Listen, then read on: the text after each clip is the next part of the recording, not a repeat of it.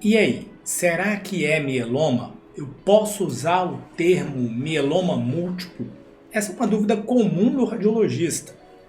O manejo do mieloma múltiplo, na maioria das vezes feito pelo colega oncologista ou principalmente os hematologistas, pode ser um calo, porque não é uma patologia tão frequente no dia a dia do radiologista, mas que cada vez de forma mais consistente tem ocupado espaço das nossas agendas de tomografia, com os protocolos de tomografia de corpo inteiro, ressonância de corpo inteiro, PET-CT, cada vez mais deixando de lado o inventário ósseo, né? Quem é mais antigo, com certeza já ouviu falar do inventário ósseo, que era aquela sequência de radiografias que a gente fazia para avaliar o corpo inteiro, atualmente, de forma mais frequente, sendo substituída pelo menos pela tomografia de corpo inteiro.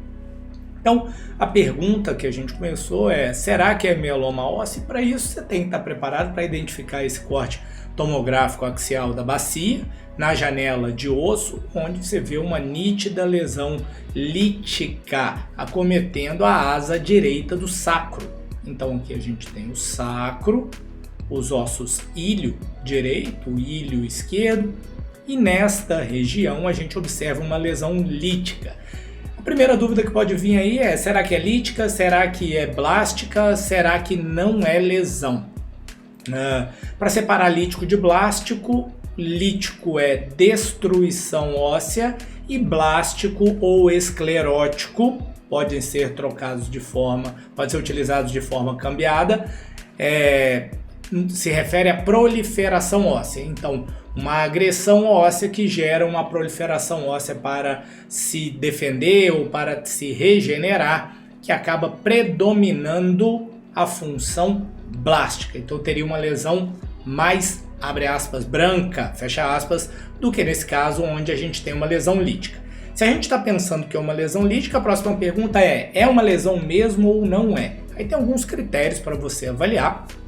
O primeiro é você observar se há algum sinal de quê? De destruição da cortical óssea.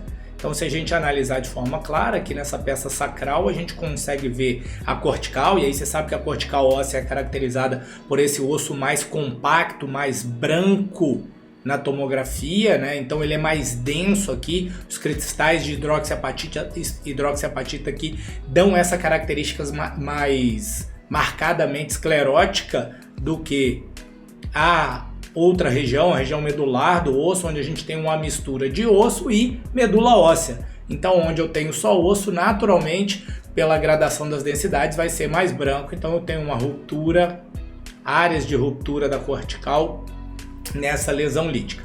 Então, eu defini que é uma lesão lítica.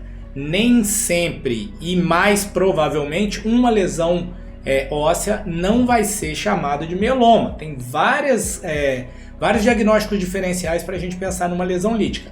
Só que no caso desse paciente, o que a gente tem? A gente tem um paciente com alterações hematológicas suspeitas para mieloma, que realiza um exame de imagem no qual se identifica uma lesão lítica. E nesse ponto a gente pode definir, de acordo com os critérios da Sociedade Europeia de Hematologia e da Sociedade Europeia de Oncologia Médica, os critérios, de acordo com esses critérios, a gente pode definir que o paciente tem de fato uma doença chamada mieloma múltiplo. E aqui está o guideline, né? Esse guideline é bem recente, 2021. Aqui você tem o QR Code, escaneia aí, dá uma lida nesse artigo, acho que é bacana, embora fale muito não só do diagnóstico, mas também do manejo. Acho que é importante essa discussão para o radiologista de modo geral, principalmente para os residentes irem ficando acostumados a participar dessas reuniões clínicas, onde você vai ser arguido de qual a indicação da tomografia de corpo inteiro, qual a indicação do PET, qual a vantagem de fazer ressonância, qual a vantagem de fazer tomografia. Isso tudo vai te preparar para participar dessas reuniões, e se você for bem nessas reuniões, naturalmente você vai ocupando um lugar à sombra, né? Um lugar mais confortável durante sua carreira, além de fazer diferença na vida do doente. Então, os critérios funcionam da seguinte forma: você tem que ter plasmócitos monoclonais da medula óssea maior do que 10% ou biópsia positiva, seja ela de um plasmocitoma ósseo ou não ósseo. Isso e mais um dos seguintes critérios. CRAB Criteria. CRAB Criteria é um epônimo, né? CRAB, de caranguejo, para você memorizar o seguinte: C de hipercalcemia, C de cálcio para hipercalcemia, o hipercalcemia é maior do que 11 mg por decilitro. R de renal, ou seja, de insuficiência renal, menor que 40 ml por minuto, então a taxa de filtração glomerular já nível 4 para nível 5. Anemia e B de bone lesion. Tava muito fácil para o português, né? Agora deu uma complicadinha, mas o B de bone lesion. E quando a gente está falando de bone lesion aqui, a gente está falando de lesão lítica. Então tem que ter ruptura. O osso cortical tem que estar furado, tá? Então você tem que ver a lesão, o furinho na tomografia. Porque você vai entender já porque eu estou falando isso, porque na ressonância você vai ver outro aspecto da mesma doença. Agora, no que você já aprendeu, o CRAB Criteria, né? Esses são os órgãos considerados como órgãos-alvo da doença mieloma múltiplo, que é o quê? Rim, sangue, né, com a calcemia e a anemia, e o quê? Osso. Agora, aqui é um desses e algum desses ou algum desses outros, que aí seria, por exemplo, a gente ter plasmócito monoclonal maior ou igual a 60 já de cara, ou uma relação da cadeia leve afetada em relação à não afetada maior do que 100. Então, veja, é uma mistura de laboratório e imagem e ou histopatológico.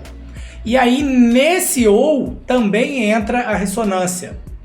Porque a ressonância, as alterações na ressonância, elas precedem as alterações na tomografia.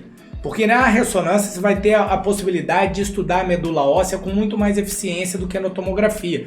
Tomografia, você vai ver a doença geralmente quando ela já tiver um volume de doença suficiente para causar uma erosão no osso. O que você vai ver na ressonância é o depósito na medula óssea, que precede essa erosão óssea. Então, se eu te perguntar, ou se cair na sua prova, qual é o método mais sensível para avaliação do mieloma múltiplo, é quem? É a ressonância magnética, porque ela precede, ela vê a lesão infiltrativa na medula antes de você identificar a lesão óssea propriamente dita. Isto posto, vamos seguir adiante para a gente avaliar com mais detalhe a parte radiológica, que é o principal objetivo. E aí vocês tiverem interesse que a gente faça uma aula mais focada em mieloma, eventualmente trazendo alguns dados do dia a dia, algumas discussões pertinentes para suas reuniões clínicas, você deixa no comentário aí abaixo. Então a gente tem essa toma da bacia, aqui a gente tem um zoom onde fica mais evidente ainda o que? A lesão lítica, que é a área de erosão óssea, está bem marcada aqui. O aspecto anterior, a parede anterior da peça sacral, completamente consumido. Olha o lado esquerdo como está bonitinho, o lado direito completamente erodido. Então a gente tem uma lesão lítica bem definida. Agora, a vantagem, né, da tomografia de corpo inteiro em cima do raio-x não precisa ficar discutindo, né? Quem já teve que interpretar um raio-x e uma tomografia sabe da vantagem tridimensional e da resolução espacial muito superior da tomografia, só que você tem que avaliar tudo com muito cuidado, né? Aquela lesão era uma lesão grande, se você não estiver atento, lesões pequenas como essa aqui podem acabar passando. Então, por isso é importante você saber o que é que você está olhando, qual é a indicação do exame. Porque aí você passa a avaliar o exame de forma mais criteriosa e consegue ver essa lesão óssea. E o número de lesões ósseas é importante para você fazer o diagnóstico e quantificar a carga tumoral desse paciente. Então aqui a gente tem uma tomografia de tórax, janela óssea, a gente está vendo o arco aórtico aqui, então estou provavelmente no nível de T4, T5, corpo do externo está aqui anteriormente e a gente vê essa área de ruptura cortical compatível com a lesão óssea, que nesse caso que a gente já tem as alterações da medula óssea suspeitas para mieloma, confirmando o diagnóstico de mieloma múltiplo. Um lugar difícil, né, uma topografia difícil você fazer o diagnóstico às vezes e que acaba passando uma lesão ou outra, são os arcos costais. A minha sugestão é que você avalie esses exames sempre em mais de um plano, porque às vezes no corte axial fica mais difícil. Eu gosto muito do sagital para avaliar o arco costal, então você está vendo aqui, ó, se você comparar com os outros arcos, você está vendo o aspecto mais medial do arco costal, a parte da medula óssea do arco costal e a cortical do outro lado, e nesse segmento você tem o que? Uma ruptura do arco costal, né? Então você tem mais uma lesão lítica neste ponto. Agora, aqui a gente tem a tomografia e a imagem em fusão do PET-CT, então aqui eu tenho imagem morfológica mais imagem funcional, mostrando que essas lesões elas têm uma captação pequena, né? Uma discreta captação do FDG. Se a gente comparar, o padrão é muito parecido com o da medula óssea normal.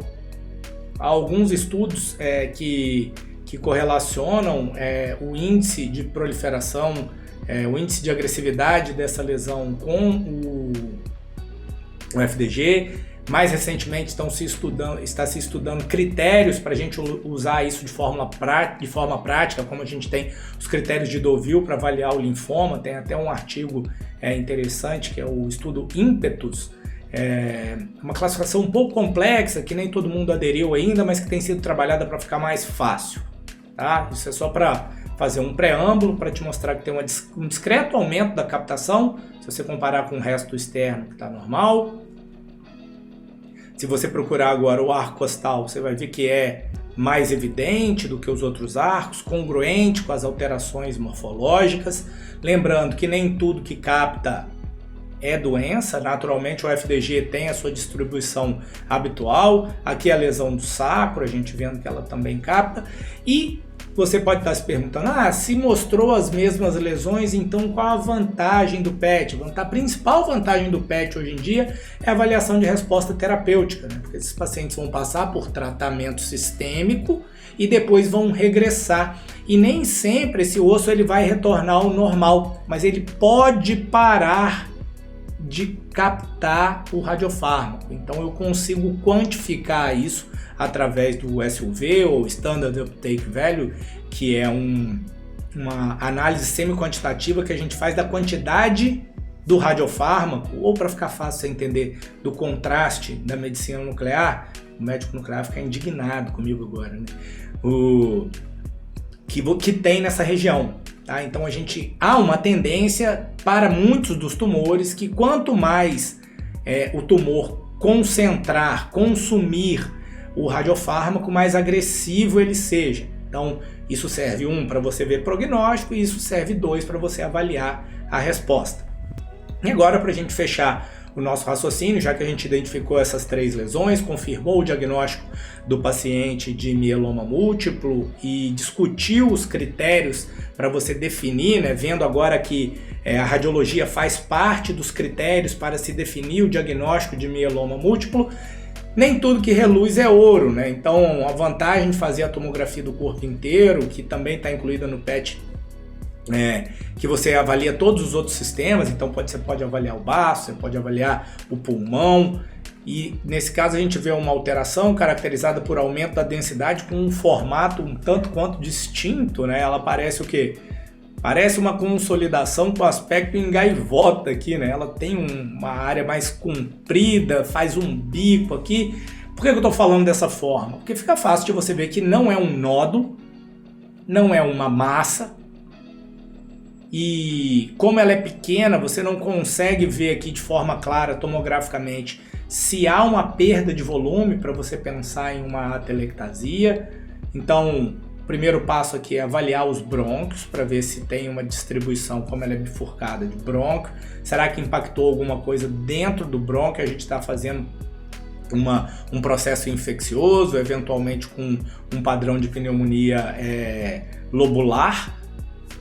Não acredito que seja uma atelectasia, porque há um nítido aumento da concentração do traçador, coisa que não acontece de forma frequente nas atelectasias, a não ser que a gente tenha ou uma atelectasia redonda, que não é o caso, ou que a gente tenha um processo infeccioso associado.